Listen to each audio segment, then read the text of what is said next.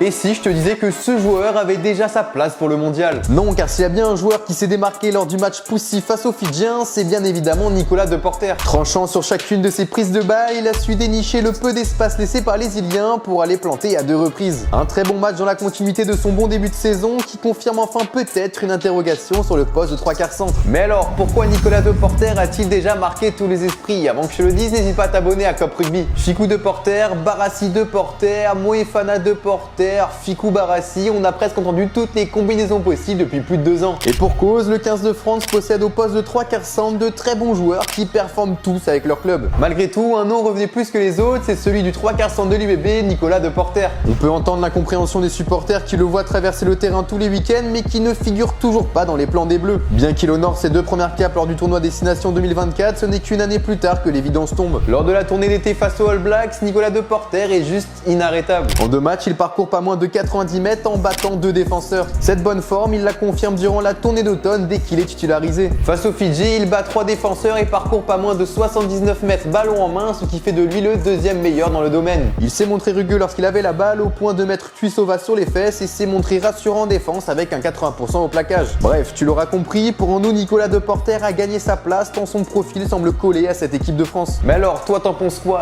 Quel centre tu titulariserais pour la Coupe du Monde? Dis-le moi dans les commentaires et si tu as kiffé, n'hésite pas à t'abonner à Cop Rugby. Et d'ailleurs, on tenait à remercier Adidas pour l'envoi du maillot des Bleus pour cette tournée d'automne.